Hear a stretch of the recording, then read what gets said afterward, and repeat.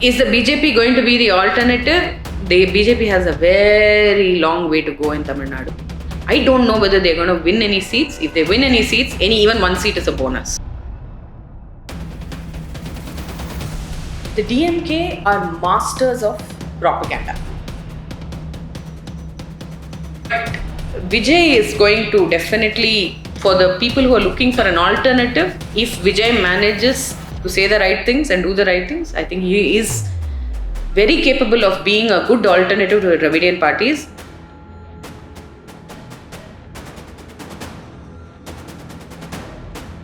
So basically the idea was, why are South Indians dark skin and why are North Indians fair skin, right? Like it's... Got it.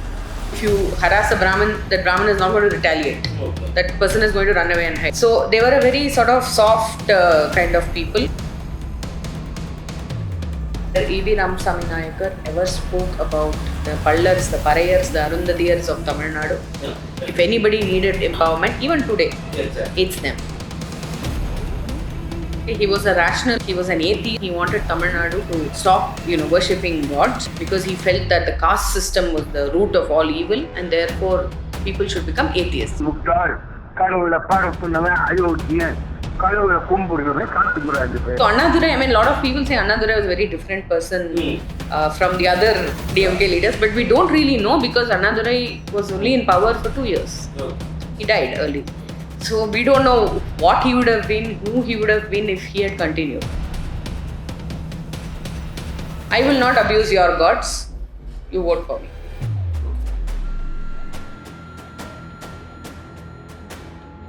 But the kind of words he has used, the language he has used, the average middle class Tamilian will hang his or her head in shame. If you actually dig deeper and ask him some questions, he has no ideology, right? He has nothing to say. He has no vision. He has absolutely nothing except a nice way of delivering his speeches. Of course, because people in Tamil Nadu, Hindi is an alien language, right? Even today it's an alien language.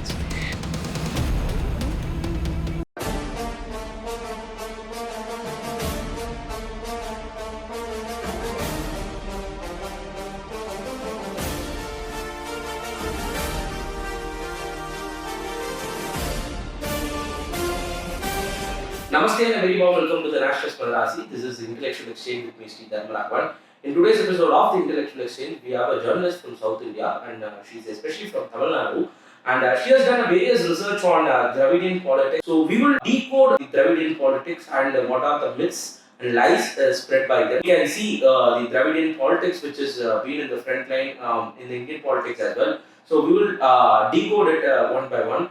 Namaste, Sandhya ma'am. Thank you for joining with us. Thank you for having me. It's always a pleasure talking to you. So thank you for giving us a wonderful opportunity to host you. Thank you, Dharma. Ma'am, so often you have been, closely observing the Dravidian politics. So I would like to start with what is this Dravidian model? After M.K. Stalin took charge as CM of Tamil Nadu, so he keeps on instigating that Dravidian model, and even in front of the Prime Minister of the country, he used to say that he should follow the Dravidian model as well. Firstly, what is the Dravidian model, ma'am, according to you? Well, frankly speaking, I really don't know what the Dravidian model is. Okay. But since Tamil Nadu has, after independence, been ruled by the Dravidian parties, ever since 1967, there has been no national party that has ruled Tamil Nadu. So, because of that, I guess, the so-called Dravidian model has been coined. But we have to understand a few things about the Dravidian parties, especially the DMK. The DMK are masters of propaganda.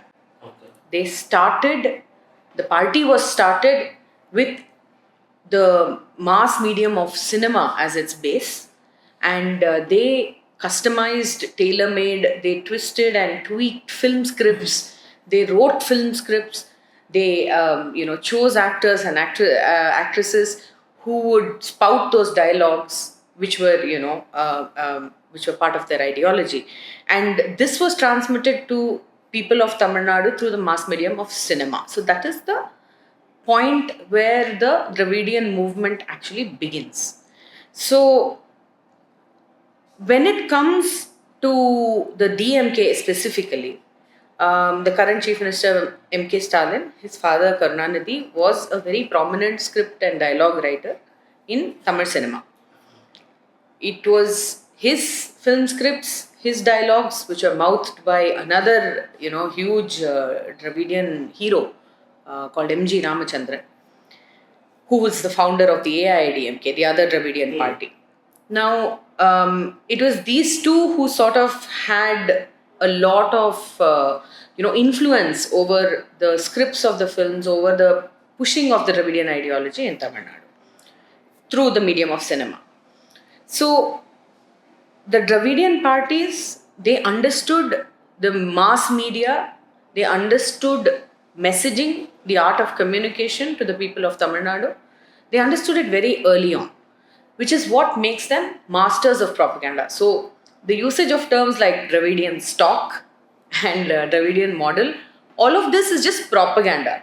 At the same time, I also have to say that there have been a lot of very progressive schemes, progressive policies that have been introduced in Tamil Nadu over the last 70 years, like you said.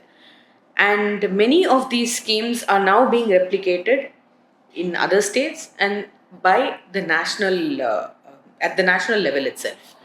So Tamil Nadu has in fact had a series of very, very bright bureaucrats, very bright visionary leaders like Kamaraj. Of course, he's not a Dravidian leader, but he was there.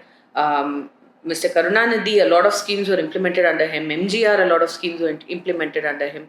So a lot of the health, especially healthcare related schemes, if you see, many of them, Tamil Nadu has been the forerunner. It has been the pioneer of sorts.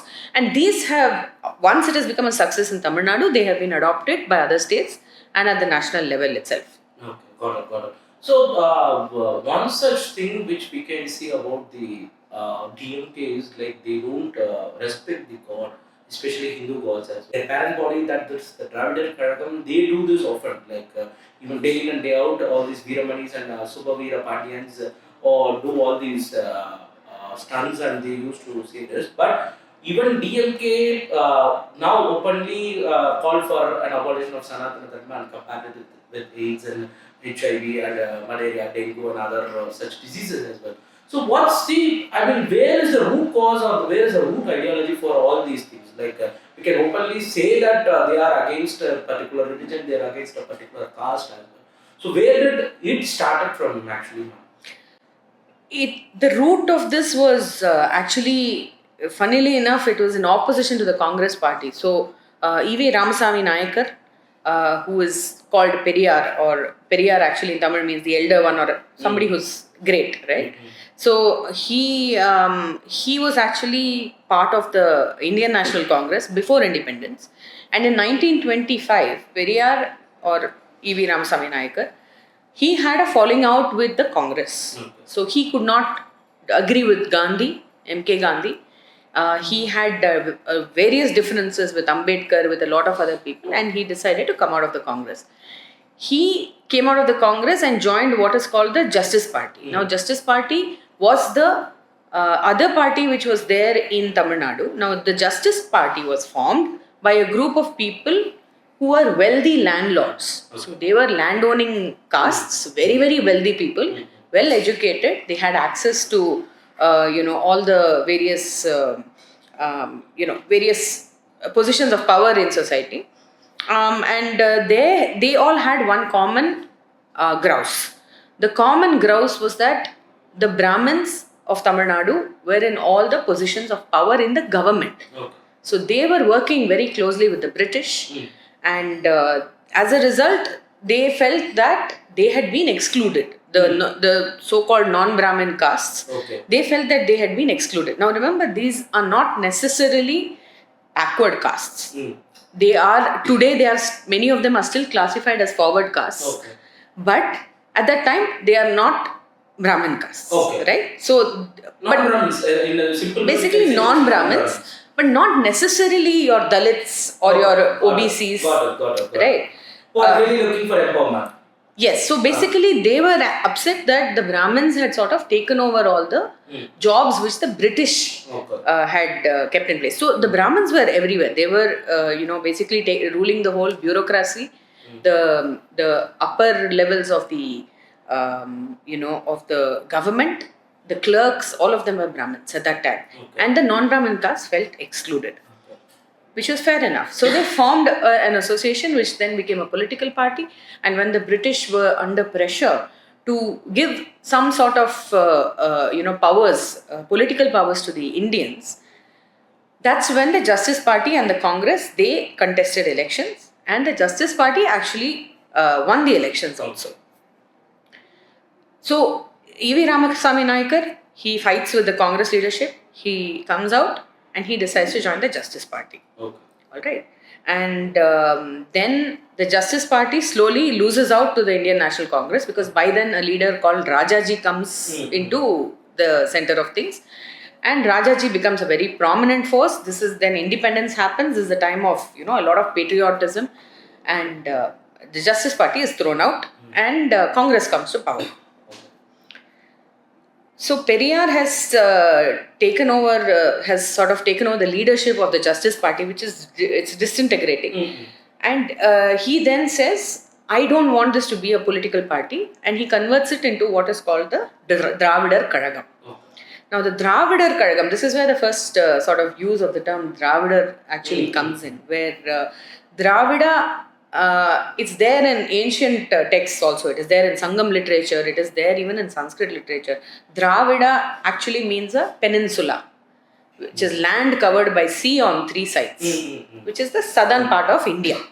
Right? Got it. So, Dravida Nadu is basically, it refers to the entire portion of South India, all the states of South India as we know it today. But this appropriation of the term Dravida is done by E.V. Ramasamy Naikar.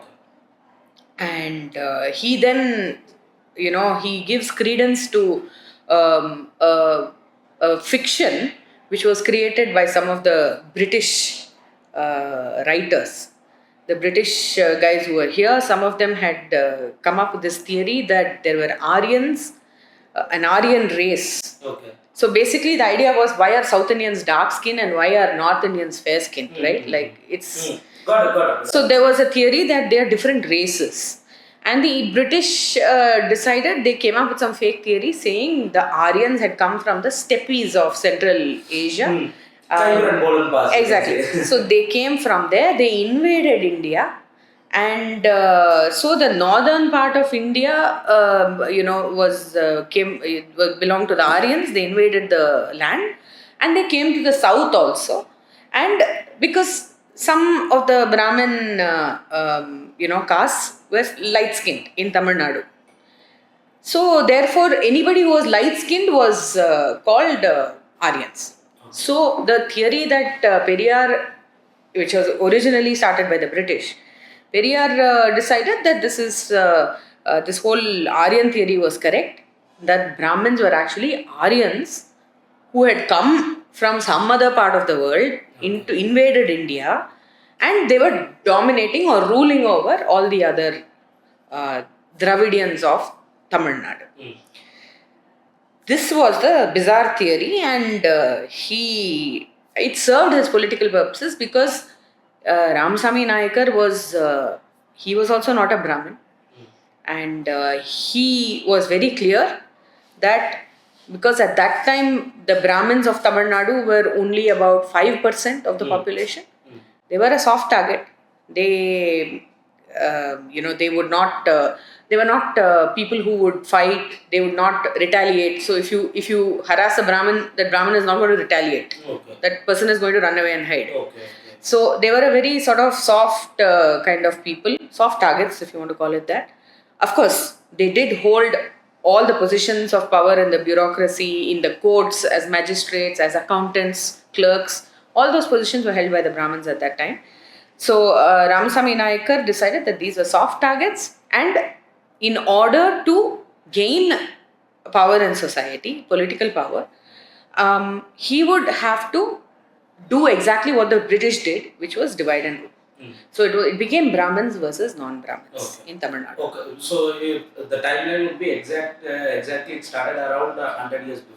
If we can say 100 years before, all this Brahmin versus non-Brahmin narratives and the concept of war started between 100 years. Yes, absolutely. Got it. So we often hear that Periyar has been giving voice against caste oppression and other things, and so like whenever they used to like portray him as a warrior of the female empowerment and other such things, the BJP or the other right-wing ideology peoples even criticize Periyar that he has not done so enough for the women empowerment, or he has not done anything on the caste oppression or other things, and he was very particular on such things, and he was very selective on such issues as well. What's your take on that now? A lot of my generation, we grew up reading about, let's put it this way, we grew up reading analysis of Periyar. Okay. We did not actually read Periyar's work. Okay. That happened in the generation before us. Okay. But now we have gone back to what Periyar actually said, his speeches, his writings, all of that. We are now going over it, and we are realizing that the analysis of E.V. Ramasamy Nayakar's ideology, if you want to call it that, that has been done by a few generations of Dravidian apologists. Yes, ideologues, apologists, whatever you want to call it that, right? And they have cherry-picked what he said, and they have lionized him. Okay. They have made him larger than life. They have made him a very great man. Okay. Now, let's come to the specific point about E.V. Ramasamy Nayakar being against caste oppression. He was against Brahmins. He was against one caste, Brahmins. Okay. He said that the Brahmins should be exterminated, that Brahmins should be beaten. If you see a snake or if you see a Brahmin, go kill the Brahmin first, beat the Brahmin first. These are the kind of invectives he has used against Brahmins, and he has very, very openly instigated violence against Brahmins. So he was against one particular caste. Did he apply the same principles to other castes, to the lowest strata of society, to the poorest strata of society? The answer is no. Okay. There was no point of time where E.V. Ramasamy Nayakar ever spoke about, say, like for example, the Dalits, the Pallars, the Parayars, the Arundadiyars of Tamil Nadu. Because if any of the castes needed emancipation, it was them. Yeah, if anybody needed empowerment, even today, it's them. Nothing was spoken about them. There was no point of time where E.V. Ramasamy Nayakar ever said that these people should be allowed to go into temples. They should be allowed to marry other castes.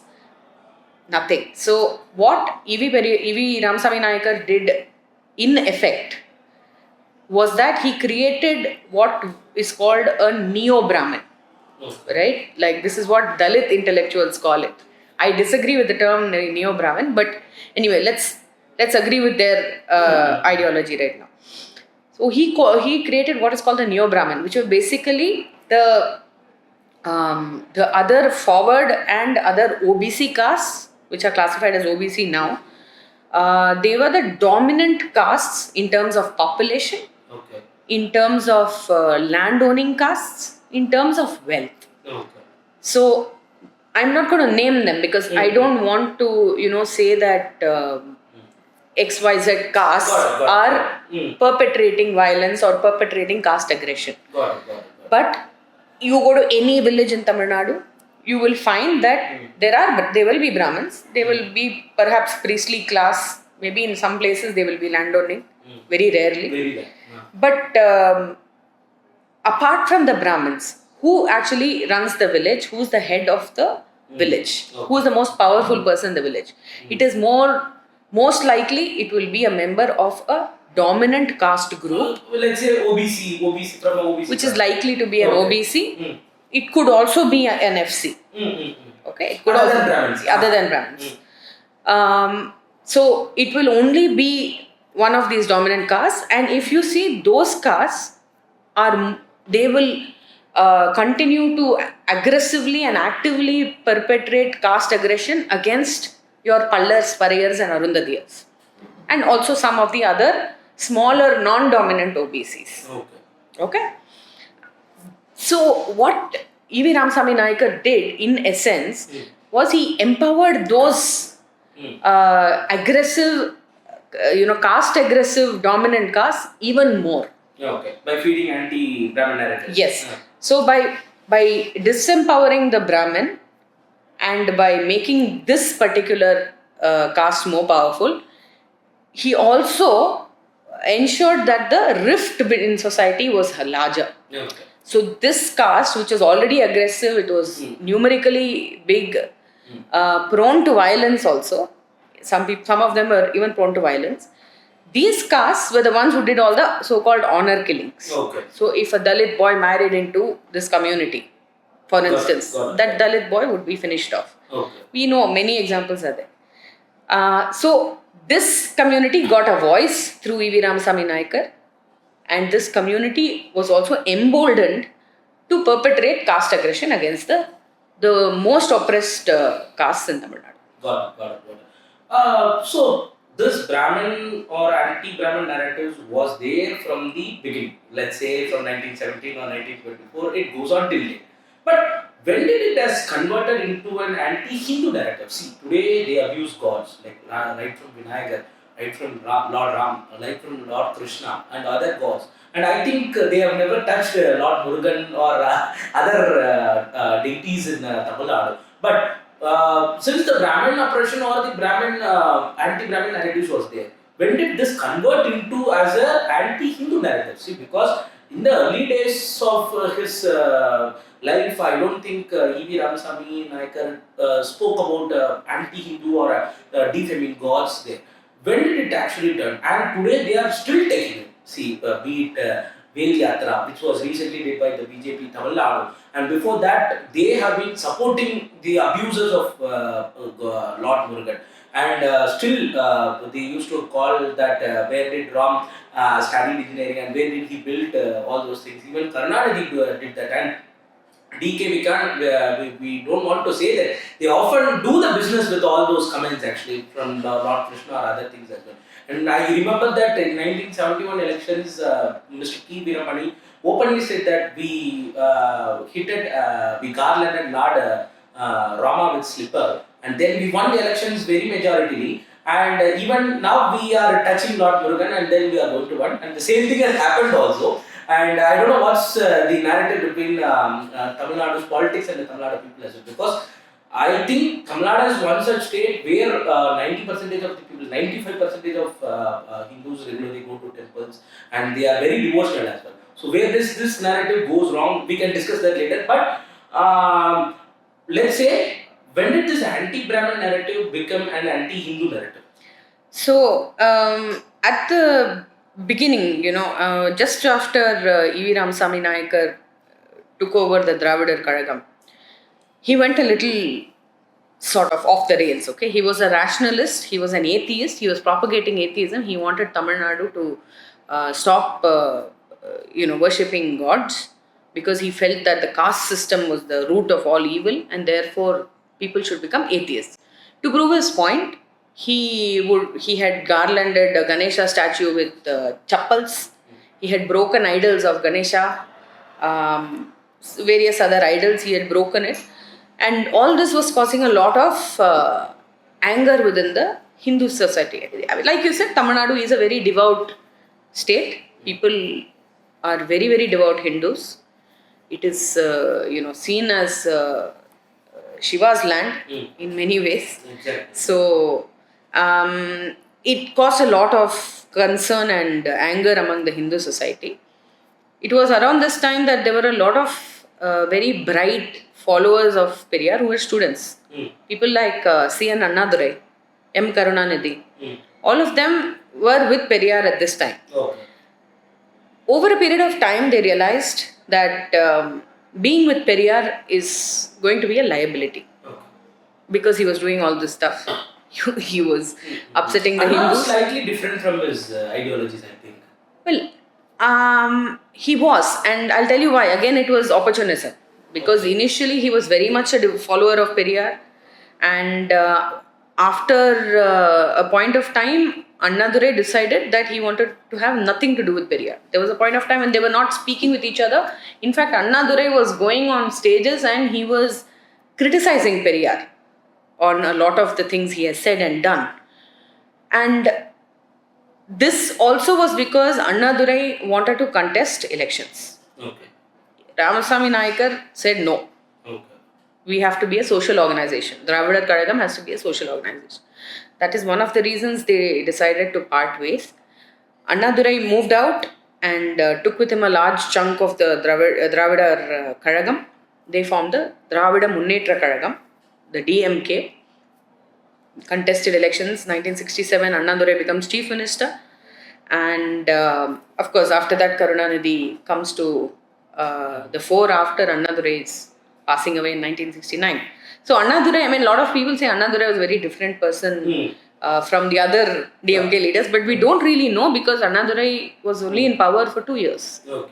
He died early. Okay. So we don't know what he would have been, who he would have been if he had continued. But anyway, Annadurai was definitely an opportunist because his mentor is Periyar. He had been spouting Periyar's ideology all these years. Then suddenly when he wants to contest for election, he throws the mentor out into the cold, starts abusing him, disassociating himself with the, the mentor, and he moves out. So, so yes, so that is actually the point of time where the younger lot, that is Annadurai and Karunanidhi and Nedanjari and all these people realize that Periyar is a liability. He's upsetting devout Hindus. Okay. So they move away from him and they form the DMK. And there is a very famous saying of Annadurai, Ondre Kulam Oruvane Deivan. What does that mean? That means I may be an atheist. This is what Anna is trying to tell the people of Tamil Nadu. I am an atheist. I may not believe in God. Okay. But I will allow you to be. I will not impose my atheism on you because Periyar was trying to impose his atheism. I will not abuse your gods. You vote for me. Okay. So that's what the narrative of Annadurai is. Yes. Ma'am, often we can see, I'll come to this Annadurai Karunanidhi part later. Often we can see the separatist ideology of the Dravida Kazhagam or even DMK, we can say. Even 4 years before, if I'm not wrong, they have said that we welcome the Dravida Nadu formation and other things as well. And even I remember Anna said that that will be our end goal, and so Dravida Nadu is like our object or like a goal as such. And we can see still going beyond that, E.V. Ramasamy Naikar was keen to form a country called as Dravidistan, and he met Jinnah and he met Ambedkar at that time. There was some controversy between all these three as well. So in that time, Jinnah was keen for that, but Ambedkar was not in favor of that because Ambedkar, at the end of the day, he was a pure nationalist, and he said that I don't want my country to be divided into many parts. Like I'm not into it. So these are the things which beyond they have planned or they have portrayed. And there is another criticism on E.V. Ramasamy Naikar is like he's an agent of British. Like he speaks on only against the Hinduism, and he is getting money from the church, and he is getting money from the British so and so or the missionaries so and so. This criticism has been put on Periyar, and this is not a new criticism which has been evolved. So it is there since last 50 to 60 years. So is this really true? Was he an agent of a British, or was he looking to separate all these states from the mainland of India? What's your take on that?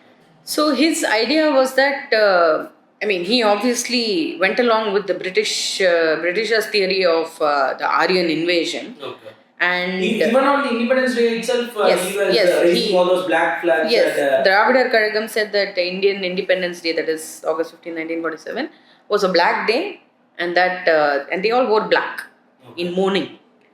They didn't want the British to leave because Periyar's, his hypothesis was that if the British leave India, then the Brahmins will rule over everybody else, and he did not want the Brahmins to rule over everybody else. This was his basic grounds. Like I said, he was entirely against one particular caste, which was, well, at that time, yes, the Brahmins were occupying a lot of positions of power under the British rule. No doubt about it. And a lot of the anger that he was expressing was justified. But like you're saying, was he an agent of the British? I don't know if he was an agent of the British, but I can tell you for a fact that he was definitely very convinced by a lot of the nonsense theories that were being, spouted by the British, and he was actively propagating them. The Aryan invasion theory is one that has been proved over and over and over again. If I'm not mistaken, even last month they have excavated stuff in the Harappan. Sorry, not the Harappan. This thing is somewhere in Madhya Pradesh, if I'm not mistaken. Archaeologists have found evidence that the chariots that were there, they did not come from any other part of the world, but they were indigenous. So the whole Aryan theory has been repeatedly debunked. Okay. But Ramasamy Nayakar used it to its full capacity, to its full potential. Allow me to say this. So, was an Aryan invasion theory or the other such theory has been promoted to spread the anti-Brahminism? At the end of the day, what they define as who is an Aryan is like they used to define people who are Brahmins. Because till today they are used to do, openly in TV debates also, one of the DMK spokesperson told that if Narendra Modi is not a Brahmin, we will accept him as a Dravidian. Okay.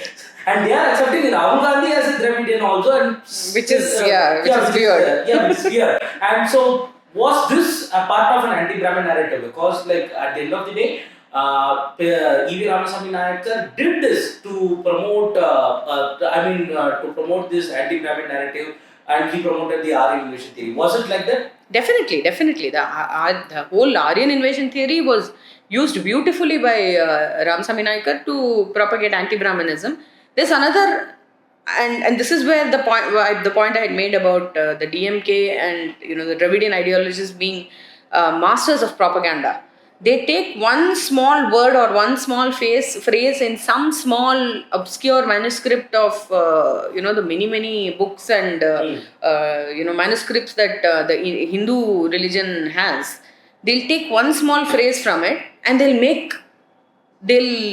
twist it out of proportion, out of context, and so that it suits their nonsense. So, for example, the term Arya is used to denote a particular a person with particular qualities in many of the Hindu religious texts.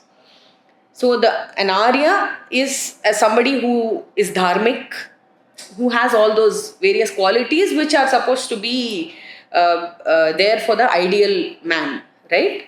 But these people have picked up the term Arya to mean the Aryan race, which means somebody who's come from another part of the world into India. Okay. So it's completely taken out of context. It's taken out of its original meaning, twisted out of proportion, and fed to the public. Got it. So you have generations of people in Tamil Nadu who are gone, who are only hearing this propaganda. They don't have access to the original texts. They don't have access to Periyar's original speeches. I am telling you, if these kids who believe in the Dravidian movement, they believe in Periyar, if they listened to the speeches of A.V. Ramasamy Nayakar, I'm telling you, their ears will bleed. Okay. The kind of... He has spoken, he has criticized heavily on the DMK also. He has done that. But the kind of words he has used, the language he has used, the average middle class Tamilian will hang his or her head in shame. Okay.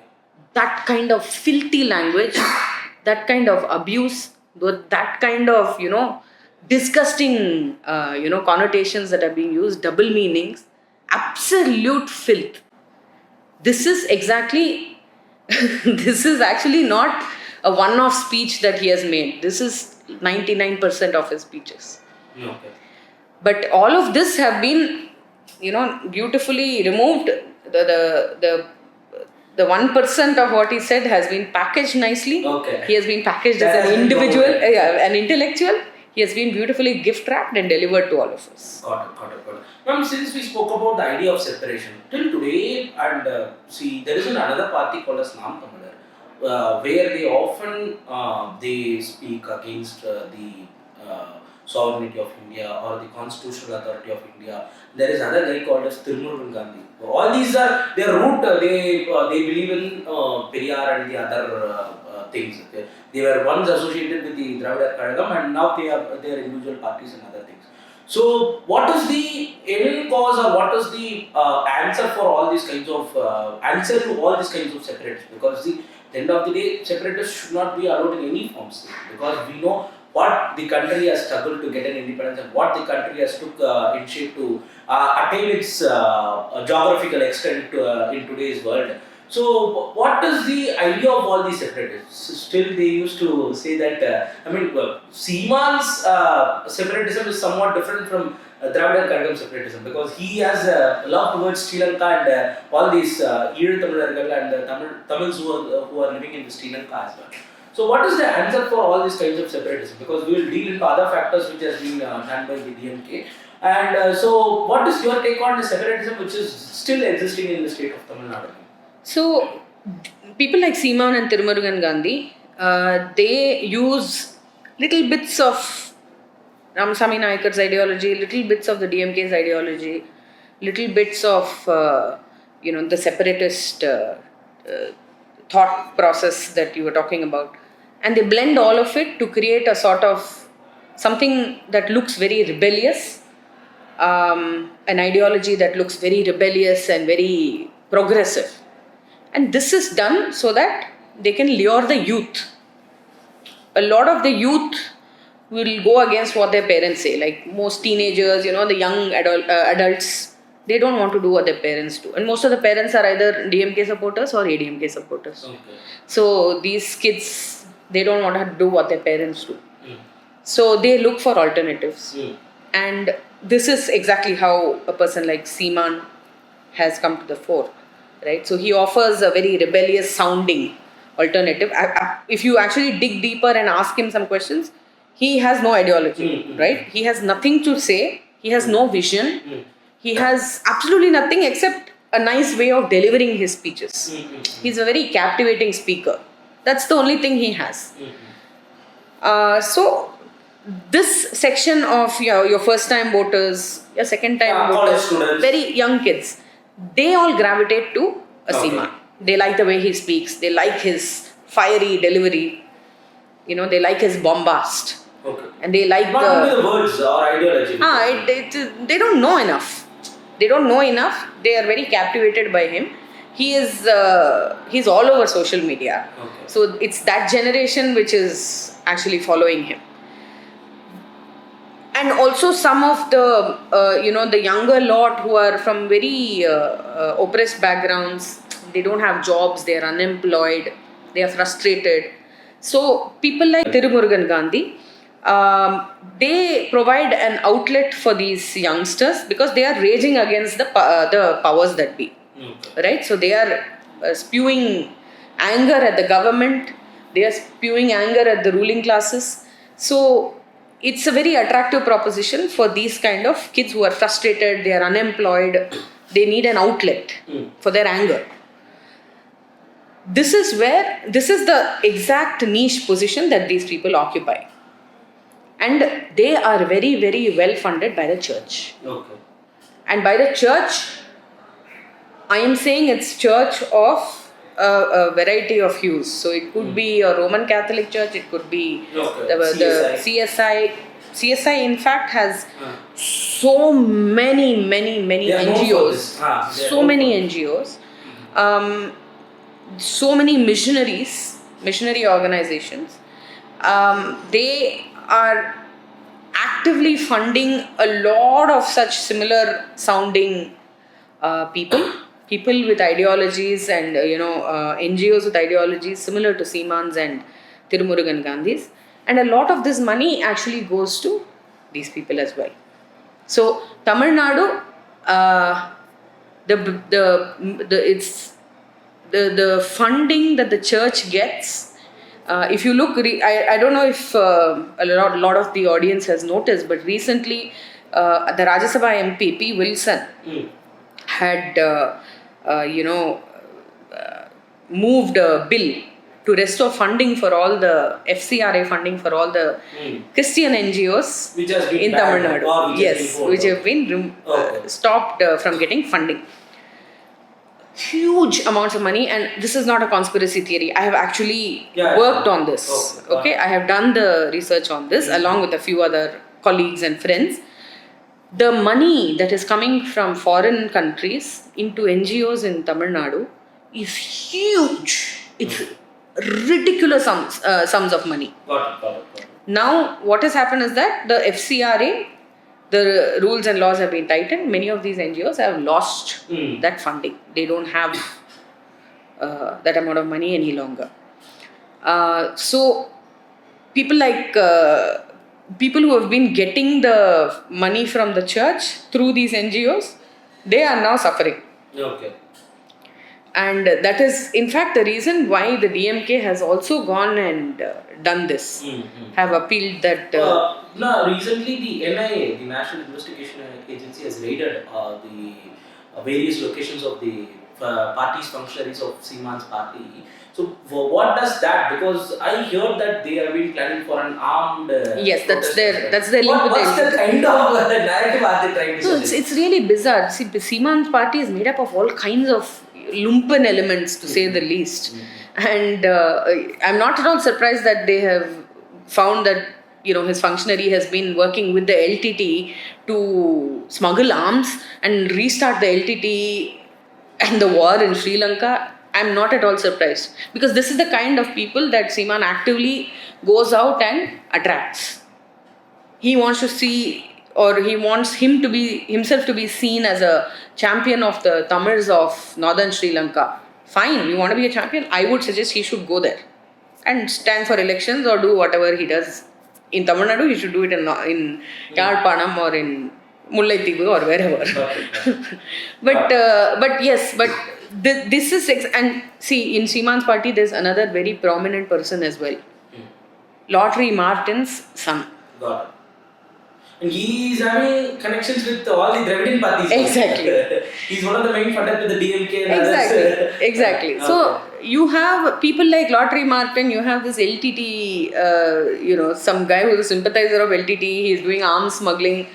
Arms smuggling goes hand in hand with drug smuggling. Okay. So all of this stuff is going on right under our noses in Tamil Nadu, and it's all linked to a political party. I think there's something seriously wrong with it. Okay. Got it. And I definitely think the youth who are attracted to Seeman's party, they need to be told all this. Got it. Since you mentioned the word about the drug smuggling, so the biggest burst have happened in Tamil Nadu, and I don't know what amount of kg have they been seized, and officially they have reported such and such, and we don't know still how much. It's like watching the Tamil films or watching Kamal Hassan films, which is happening in our day-to-day life. So, what is the end card to it? See, Punjab has been heavily facing the drug smuggling which is happening in the state of Punjab, and moreover that from Punjab it is moreover spread to all the northern part of India as well. But now in South India, especially in the state of Tamil Nadu, drug smuggling has been one of the major issue, and the main arrestee or the main suspect is a functionary of the DMK as well. So, what does this tells the external world? It tells the external world that the drug routes that were in operation during the time when the LTT was very much present and powerful in Sri Lanka, those drug routes continue to remain the same, and it's just the people have just changed hands. But the drug trade has continued. This is not a new thing. We may not have heard of too many drug busts in Tamil Nadu in the past. I'm really happy that it's happening now. But it has, and Narcotics Bureau officials, they do confirm that it has increased in the recent years, perhaps because of COVID. That's one of the theories. We don't know if it's true or not, but that's what they were saying, that maybe after COVID it has increased. But the world actually, or maybe the Tamilians are not very sure, are not very aware that the LTT actually got money to buy guns and submarine and tanks and all those things. How did they get all that money? They got it through drug smuggling. And the drug smuggling was facilitated by people in Tamil Nadu. Tamil Nadu was the transit point. It would then go to Sri Lanka. From Sri Lanka, it will go to various countries. It will go to Europe, it will go to Australia, South America, whatever. So Sri Lanka was and is a global transit point for drugs. Okay. So you have India, you have Sri Lanka, you have Afghanistan, Pakistan. Drug will come like this from this side, Myanmar, etc.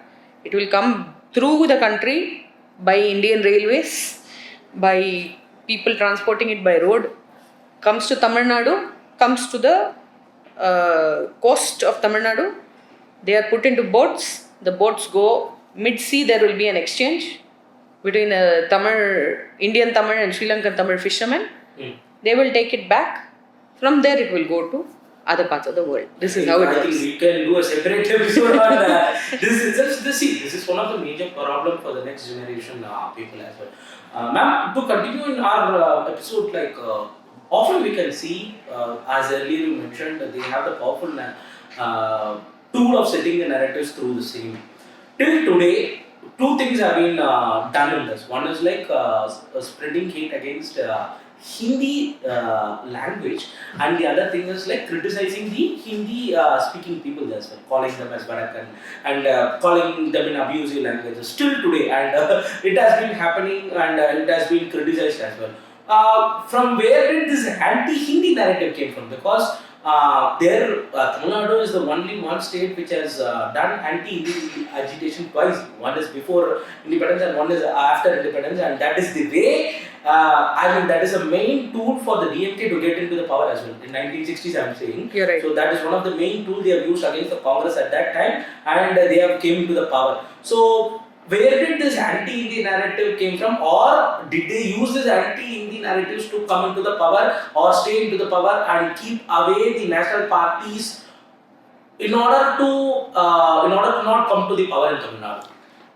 This was a ploy to defeat the Congress electorally. Okay. So the first time Ramasamy Naikar used it was against the Rajaji government. Of course, that bill which sought to introduce compulsory Hindi education in all schools of Tamil Nadu. I mean, it was all over the country actually, because it wasn't constitutional. Exactly. So it was basically the Congress party felt that there must be one Indian language which is a link language for everybody in the country. Got it. And it was a time of patriotism, right? It was an anti-British period where people said, we don't want to have anything to do with our colonial aggressors. We don't want to have anything to do with English. English cannot be a link language because large number of Indians speak Hindi. Therefore, Hindi was a natural choice for a link language. So they sought to introduce Hindi learning compulsorily in all schools across the country. But in Tamil Nadu, at that time in many parts of the country, there was only Congress party. There were no other parties, right? There was no opposition to that. But in Tamil Nadu, there was a strong opposition. Yeah. There was a strong political opposition to the Congress. And they took advantage of this thing to create a narrative that the Congress is pro-Hindi. They are anti-Tamil. Okay. And they are trying to wipe out Tamil. Okay. They are setting this narrative for BJP also. Okay. So that automatically resonated with people, of course, because people in Tamil Nadu, Hindi is an alien language, right? Even today it's an alien language. So it worked well, and as a result, a lot of youth came out on the streets, they protested, and Rajaji was forced to take it back. Okay. Then the second wave of Hindi agitation happened when Indira Gandhi wanted to declare Hindi as the official language.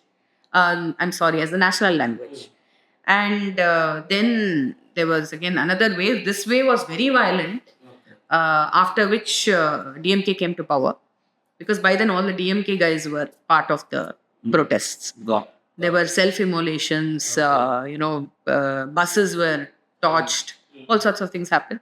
And so anti-Hindi agitation was used as a very powerful political tool because language and geography, these two things were used by the Dravidian politicians to sort of create a rift between the other. They needed, you need an enemy if you want to unite a set of people, you need an enemy. Right? So the first enemy was the Brahmin. So once you made the Brahmin powerless, now there are only around 2% of Brahmins in the state. From 5%, they are down to 2%. Most of them have gone abroad. They live abroad. So the 2% are people who are not able to go abroad. They are not very wealthy. So now the Brahmin has become rather irrelevant in Tamil Nadu politics. How long, like you said, 100 years you've been beating the Brahmin over and over again. After a point, we will stop getting, coming together for it. So now they need a new enemy. The new enemy is the North Indian. Okay. So he is the enemy. That's why they use all those terms for him. Pani Puri Wala, Vadakkan, etc., etc. I don't even want to put this. It's all disgusting rhetoric. That's why they say that the North Indian is a person who's committing crimes against women. To grab your opportunities. Exactly, trying to take away your opportunities. Jobs and everything in government. Yes, exactly. Trying to impose his language on you. All this rhetoric is there, and that's a very, very potent enemy. He's an enemy. People emotionally convinced with that also. Exactly. So people will rally against the North India. Got it. In Tamil Nadu, you will see somebody is talking Hindi on the road, you will automatically be like, why is this fellow talking Hindi in my land? Even people like hatred which they have plotted actually. Exactly. Okay. Even they have people- succeeded in that. We should say that. Exactly. All you need to do is create an enemy. The Brahmin was the enemy. Brahmin has outlived his usefulness. Okay. Now he's boring. We often spoke about the anti-Hindi narratives and other such narratives that is being spread up by the DMK. And how did they use the cinema? Be it they used to show the social empowerment of the downtrodden societies or the downtrodden caste in the movies. And so they used to act exact oppositely. The MLAs or the party functionaries used to act exact opposite of what they are doing in the movies or what they used to say as a social empowerment and other such things. So in Tamil, they used to call it a smuggling as well. So what's your take on that? And are they successful or are they still having an influence in the cinema industry even now? What is your take on it? See, the Dravidian ideologues definitely have a lot of influence over the cinema industry, because if you see all of the main actors and not so much actresses, but definitely actors, they will spout a lot of these kind of dialogues, which are against Hindi, against North Indians, against Brahmins.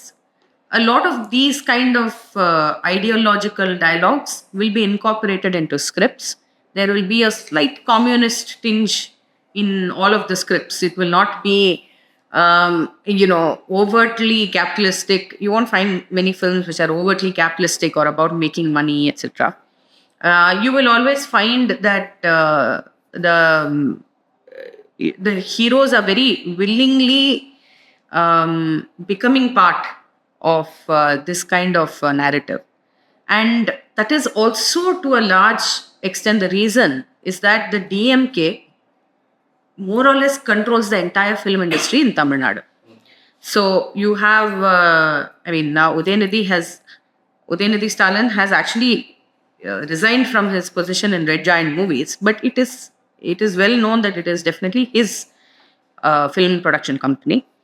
The Marans, we all know, have a stranglehold over the cable network, also the television serials. All of these, the Maran brothers, yes, Sun Pictures, of course, DTH, Maran brothers have a stranglehold over this. And this is not new. It has been there since the 80s. It's not a new phenomenon. I think they have started the trend of starting channel against the government channel. Exactly. If I'm not wrong. Exactly. Before, in the TV itself, they have been Absolutely. working on this. Absolutely. So these guys are the pioneers of television, pioneers of film production.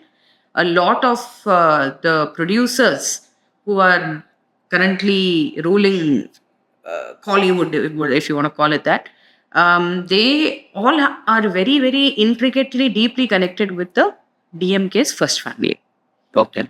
So there is a lot of influence over the scripts from the DMK. If you see, the AIDMK has not managed to do what the DMK has managed to do. The AIDMK, Jayalalitha, though she came from a film background, she did not actually take any steps to sort of take over the media or create a film production house or anything of the sort. She didn't create an ecosystem. Whereas the DMK has done it splendidly. So whether they are in power or whether they are out of power, their scripts will rule the film industry. Okay, so I told you about the film industry, I told you about television serials, I told you about DTH, about cable TV. Let's look at the Tamil news media. News media. This is a favorite topic of mine. Sure. Now, what has DMK done? Now, obviously, some of their Benamis hold ownership over some of the news media in Tamil, many of them. But what they have very cleverly done is the Dravida Kazhagam and DMK ideologues, right? They have very cleverly installed their people as editors. Okay. So you have a situation where even if it's, say, a channel owned by the Ambanis, who are not necessarily pro-DMK, or the Adanis, again, who are not necessarily pro-DMK, or any corporate for that matter, which is not necessarily pro a political party, pro-DMK, anybody, you will find that there are only one set of editors who will head channels in Tamil Nadu. And these people will have very, very close access to the DMK's first family. They will, more likely than not, they will be people who have come through the Dravida Kazhagam route. Okay. So they are entrenched and embedded in that ideology. And they are all the king's men, if you want to put it that way, right? So they in turn hire people. So for example, I'll give you, there is one editor, I'm not going to name him. He basically, when he was the editor of a prominent news channel in Tamil, he would hire people, young kids coming from very poor parts of the state. They will land up in Periyar Tidal. Now Periyar Tidal is the Dravida Kazhagam headquarters. They have places where poor boys can come and stay, free places to stay. So these kids are picked up by this editor and forcibly put into jobs where they don't have the necessary. See, they are not trained, but they are force fitted into those jobs. Ideally, how should you do it? You want to give them a job? I'm not saying no. I'm saying give them, let them be trained. They have to have a starting salary, right? So you come in as a fresher, you get trained, you get attached to a senior, you get trained, and then you enter the system. That's how it works. All of us were trained like that. But that's not the way this is done. This is, these kids are brought in at a mid-level without any knowledge. They're asked to lead teams. They are asked to go out and do this thing. And they are protected completely by the editor. So that, so for example, if a person is put as a cameraman, he doesn't know how to operate a camera. He refuses to listen to his boss, who's the head of the camera department. Wow. And when the head of the camera department tries to make him learn or tells him that you can't be doing this, there's some issue between the two of them, this person goes and complains to the editor. The editor, instead of saying, listen to your boss and learn what he's saying, he doesn't do that. The editor says, he takes the side of that boy because the boy is his supporter. Okay, got it. He's loyal to the editor. So this creates a lot of mess within the industry. You end up having people who are not following a hierarchy, people who are not getting trained, Following their standards. Yes, the standards of the industry will fall, and these people they realize that they will only survive if they are yes men of these editors. Got it. So the editors then create generations of yes men, Okay. and they create generations of people who are exactly like them. Got it. And follows them. That's it. And so you have the death of journalism in Tamil Nadu, especially in the Tamil industry. Okay. So these editors, I would say, are single-handedly responsible for the death of journalism in Tamil Nadu.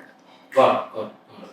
Ma'am, so we have spoken nearly for more than an hour, I would say. So what is, let's come to a conclusion. So because we can do more and more part of the series as well. I would like to conclude by what is the way forward for all these things. Like, see, until today, BJP is struggling to make its way forward in Tamil Nadu. Even all those narratives are on. And today, the Bharatiya Janata President, Mr. K. Annamalai, did this successfully. He had done his yatra throughout Tamil Nadu as well. So, will BJP counter all these narratives, or will BJP able to make these things? Or let's say there is another Dravidian party also, which has formed purely on the basis of the anti-DMK hatred or something. So they don't have any ideology or other things. So their ideologies, we will hate DMK to an extent, and they have succeeded in that also. So what is the way forward? Will BJP save the Tamil Nadu, or will BJP break all these kinds of narratives? What is your take on that, ma'am? I definitely think the people of Tamil Nadu have been looking for an alternative for a long time. I think we first saw it in 2006 when Vijaykant first contested, and he was seen as the alternative. Unfortunately, it didn't work out the way he should have ideally worked out. But since then, Tamil Nadu has been looking for an alternative, but without much success. Okay. Is the BJP going to be the alternative? The BJP has a very long way to go in Tamil Nadu. I've seen all the opinion polls that have been published so far. They are giving a very good vote share for the BJP, anywhere between 14 to 20%. I think that's the range. That is a huge step up for the BJP. Okay. If that happens, it's going to be historic. I don't know whether they're going to win any seats. If they win any seats, even one seat is a bonus. Yeah, definitely. So it's going to be a very tough battle. I don't think they also are under any illusions. I think Annamalai knows very clearly that the battle is very tough. The road ahead is very tough. But he has done a very good start. Looking at it objectively from a political party's point of view, I think he has done a very good job. To bring a party to 15 to 20% is no joke. And he has done it in a span of few years. Exactly. It's fantastic. Now, 2026 is going to be extremely exciting because we have one more new player in the electoral arena. It's going to be Thalapathy Vijay. And I think it's going to indicate a tectonic shift. My friends and I were discussing, we hope he's not going to become like a Kamal Hassan politically. I don't think he will, because he seems to have been planning it quite well. Yeah. But Vijay is going to definitely, for the people who are looking for an alternative, if Vijay manages to say the right things and do the right things, I think he is very capable of being a good alternative to the Dravidian parties. And yes, I think the othering, what we just spoke, making enemies, creating enemies, and creating political ideologies and political vote banks, that has to stop. We need inclusive forces in Tamil Nadu, not exclusive. Definitely. Thank you so much for your wonderful time and wonderful interview, ma'am. I hope you should be regularly giving interviews, and you should be regularly on our channel. Thank you so much for your time. Thank you, Dharma.